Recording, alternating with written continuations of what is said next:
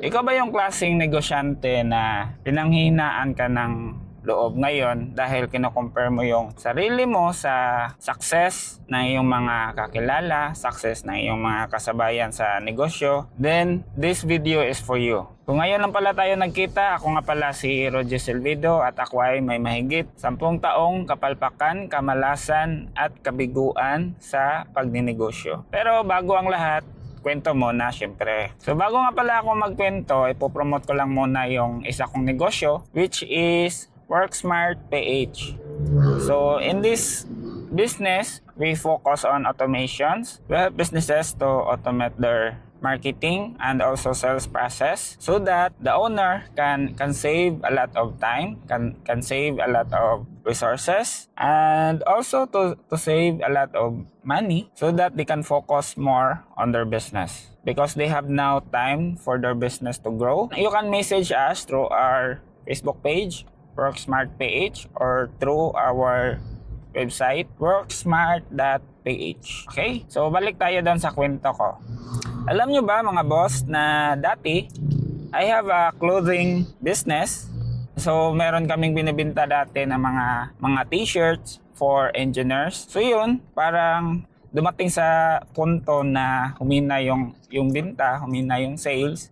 Meron din kasi akong mga kasabayan dati na meron din clothing business. So parang na-tempt ako na gayahin sila, which tend to lose my focus on my business and particularly po sa niche namin. So parang nalihis po yung direction ng business namin dahil nakita ko po yung ibang business na sobrang patok. So hindi ko na namalayan na it damage pala our reputation, especially sa mga existing customers namin. So yung moral lesson kasi doon, yung marketing kasi namin, parang hindi siya focus talaga sa mga existing customers namin. So parang sobrang broad ng marketing namin kaya hindi siya talaga nag-grow ng ganun kalaki.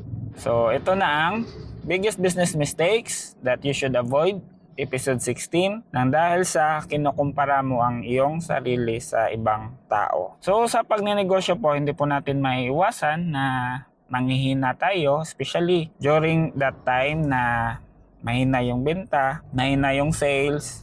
It's normal po na mag-iisip ka talaga ng mga paraan kung paano ito mapabilis. So sometimes natitempt tayo na kopyahin yung iba nating competitors, or kung meron kang mga kasabayan sa pagninegosyo, parang nakikita mo sa kanila na sobrang successful nila tapos ikaw bakit hindi ka ganun ka-successful. So sometimes it affects us na parang nanghihina tayo dahil nga nakikita natin yung ibang tao. Bakit nga ba mga boss hindi siya maganda na ikukumpara natin ang mga sarili sa ibang tao? So unang-una is nawawala yung focus natin. Kung meron ka mga kaibigan na sobrang successful na ngayon, tapos nakita mo sa kanila na gumagana yung ganitong paraan, malaki yung tendency na gagayahin mo. So sometimes, yung vision mo dati na kaya ka nagsimula ng negosyo dahil meron kang nakikita na ito yung dapat gagana sa'yo. So parang na-out of focus ka ngayon dahil kinumpara mo yung sarili mo sa ibang tao. So which sometimes natitempt tayo na gayahin sila. Hindi po kasi yan assurance na yung gumagana sa kanila ay gagana din sa'yo. So hindi naman masama na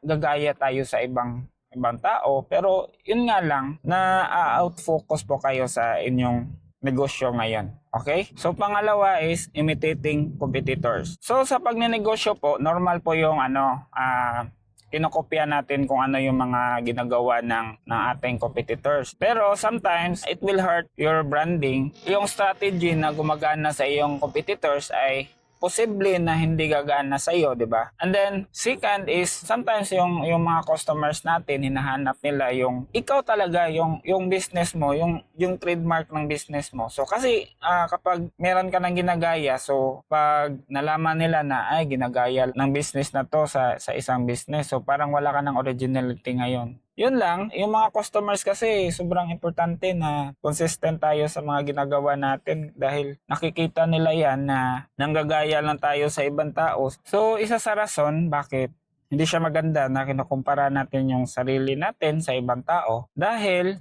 additional stress lang yan sa'yo. Normal talaga yan na competitive tayo, di ba? Di tayo nagpapahuli talaga every time na merong bago, dapat meron ka rin para competitive din yung business mo. Ngayon, kung nakikita mo sa competitors mo na namamayagpag sila, kung palagi mo yung iniisip na parang tinatatak mo sa utak mo na bakit hindi ka pa successful din kagaya nila, so baka ma-stress ka lang dyan. Okay lang siguro kung kinukumpara mo yung sarili mo sa kanila, parang ina-idolize mo lang sila, tapos siguro mas maganda na gawin mo silang motivation, gawin mo silang inspiration na lupitan mo pa yung business mo para maging kagaya mo rin sila. So, isa sa rason bakit hindi siya maganda na kinukumpara natin yung sarili natin sa ibang tao dahil nababawasan po yung motivation natin at saka moral. Especially sa pagninegosyo natin. Kung kinukumpara mo yung sarili mo sa mga established na negosyo, syempre, normal talaga na manghihina ka kasi sila makikita mo. Sila sobrang okay ng business nila, sobrang ganda ng takbo ng business nila.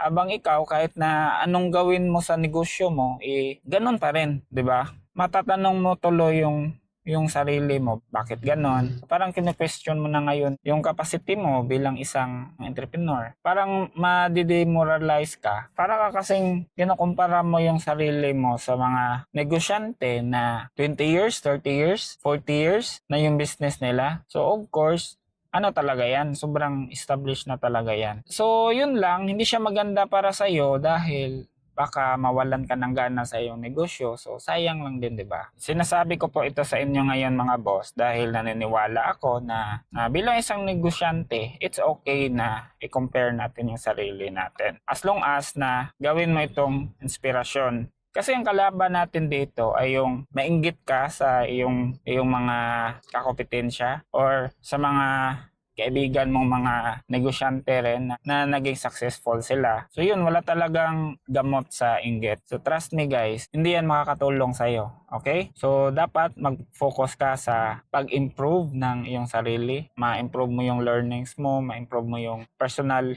development mo. Tapos mag-focus ka sa kung ano yung pinaka-core ng business mo. Bakit ka ba nagninegosyo ngayon? Doon ka mag-focus. Yung success ng ibang tao, deserve nila yan eh, di ba? So I know, time will come na darating din yung para sa'yo. So yun nga mga boss, ang pagdinegosyo talaga para yung marathon, di ba? Hindi yan pabilisan na maging successful ka. Hindi yan pabilisan, kundi patagalan po yan sa pagninegosyo. Darating po yung time talaga na masasabi mong, it's your time na, di ba? Darating yan sa'yo for sure. As long as na ginagawa mo yung lahat para ma-improve mo yung sarili mo, ma-improve mo yung business mo, time will come na darating yan para sa'yo, ibibigay yan ni Lord para sa'yo. So mag-focus ka lang sa personal growth mo, mag-focus ka sa path na tinatahak mo ngayon, i-embrace mo yung challenge, i-embrace mo yung change, at saka innovation sa pagninegosyo, i-embrace mo yan lahat dahil yan yung sandata natin para po tayo makasurvive sa pagninegosyo. You have to learn from other people, you have to learn from your competitors, you have to learn from them kung paano sila nagtagumpay. Dapat ma-inspire ka sa kanila na nagpapasalamat tayo na nauna sila sa atin. Tapos nakikita natin yung ginagawa nila. Pwede mo yung kunan ng inspiration. Pwede mong kopyahin and then i-innovate mo kung ano yung ginagawa nila para po sa ikabubuti din po ng iyong negosyo. So, yun lang po muna sa ngayon mga boss. Kung nagustuhan nyo po yung ganitong klaseng topic, pwede kayong mag-comment or mag-share sa video na ito. Or pwede kayong mag-join sa Facebook group natin, Work Smart Community. So, kita-kits tayo doon sa loob. So, yun lang po muna sa ngayon mga boss. And always remember to always work smarter, not just harder. Takits mga boss! Bye-bye!